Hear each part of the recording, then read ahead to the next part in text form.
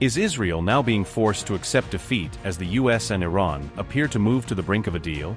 Did a former senior Israeli general effectively admit that Iran emerged stronger from the war, despite Israel's tactical gains? Has Trump stopped short of a wider war, leaving Netanyahu politically and strategically stranded? Is Israel now staring at defeat as Trump once again refuses to finish the job against Iran? A former senior Israeli official reportedly said that Iran emerged as the winner from the recent war. The ex-Israeli general said Tel Aviv and Washington now appear to be facing a difficult and uncomfortable strategic reality. Retired Major General Giora Eiland made the remarks in comments to Channel 12, according to Press TV. His comments came as Trump said the United States and Iran were close to reaching a deal to end the war. Giora Eiland said, and I quote, "Iran won the war, perhaps by a few points, but it is a clear victory. The Iranians can express greater satisfaction with the result of the war. The Islamic Republic's ruling establishment remains intact, despite the aggression. The country demonstrated strong resilience and power throughout the war and was now projecting strength towards the United States and its allies. A preferable scenario for the United States would be a return to the pre-war status quo in the Strait of Hormuz, without being forced to make additional concessions to Iran, alongside the lifting of the American naval blockade against the country. The US has been forced to leave the nuclear dispute with Iran out of the agenda of current indirect diplomatic interactions with the Islamic Republic, and rather focus only on ending the war. This would effectively return the United States to square one." Unquote. The US and Israel had justified the war by pointing to concerns over Iran's nuclear threat and missile capabilities.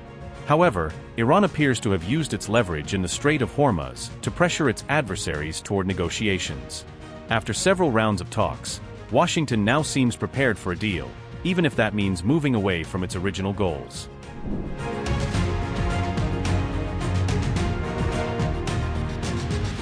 Donald Trump made a major claim about ongoing Iran negotiations while gunfire erupted outside the White House on May 23, according to official statements and social media posts. The US president announced on Truth Social that a US-Iran agreement had been largely negotiated, pending final details and formalization. He also stated that he held a very good call with regional leaders and a separate discussion with the Israeli Prime Minister during the same period.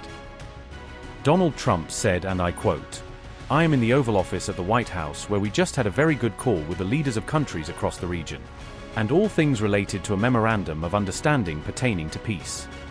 An agreement has been largely negotiated, subject to finalization between the US, Islamic Republic of Iran, and the various other countries, as listed. Final aspects and details of the deal are currently being discussed, and will be announced shortly. In addition to many other elements of the agreement, the Strait of Hormuz will be opened." Unquote. Trump's statement did not include any direct reference to Iran's nuclear program or its uranium stockpile.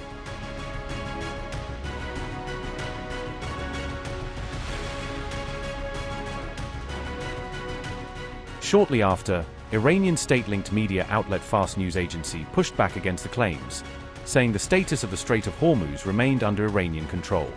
Fars described the US president's account of the negotiations as incomplete and inconsistent with the situation on the ground.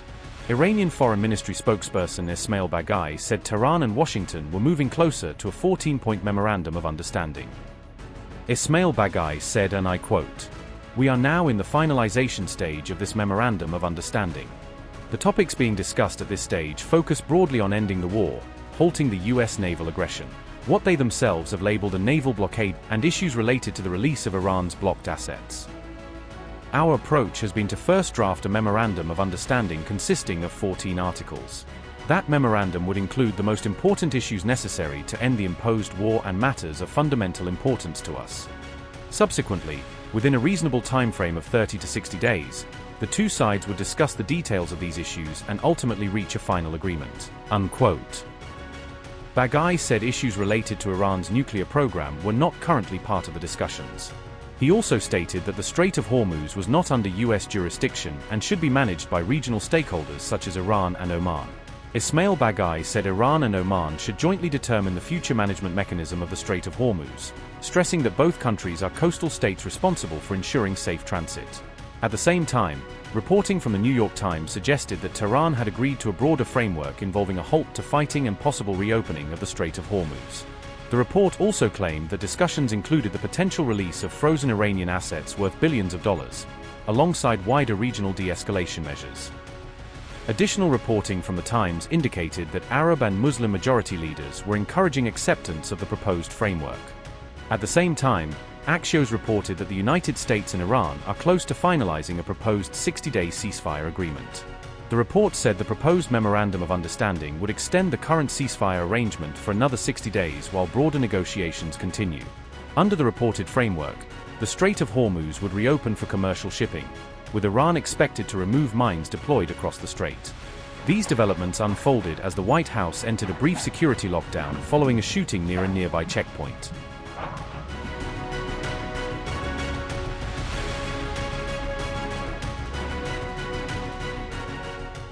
A shooting near the White House triggered a temporary lockdown after the United States Secret Service returned fire during the incident. U.S. Secret Service officers responded to reports of gunfire near a White House security checkpoint on May 23. According to Reuters, a suspect approached the checkpoint at 17th Street and Pennsylvania Avenue and opened fire on officers.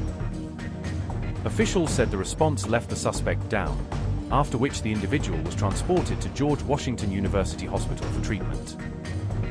The Secret Service later confirmed that the suspect died at the hospital after being shot during the exchange of gunfire.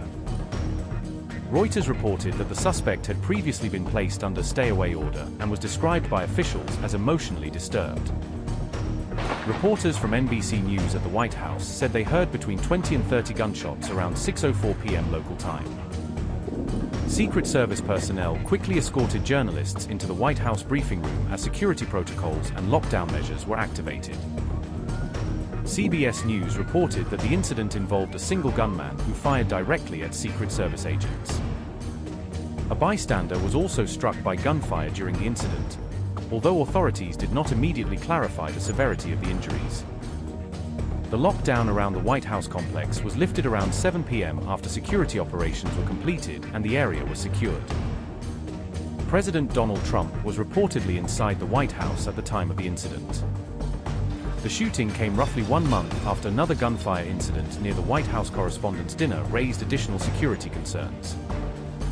The incident unfolded as Trump was publicly discussing efforts linked to negotiations involving Iran amid renewed concerns over regional escalation.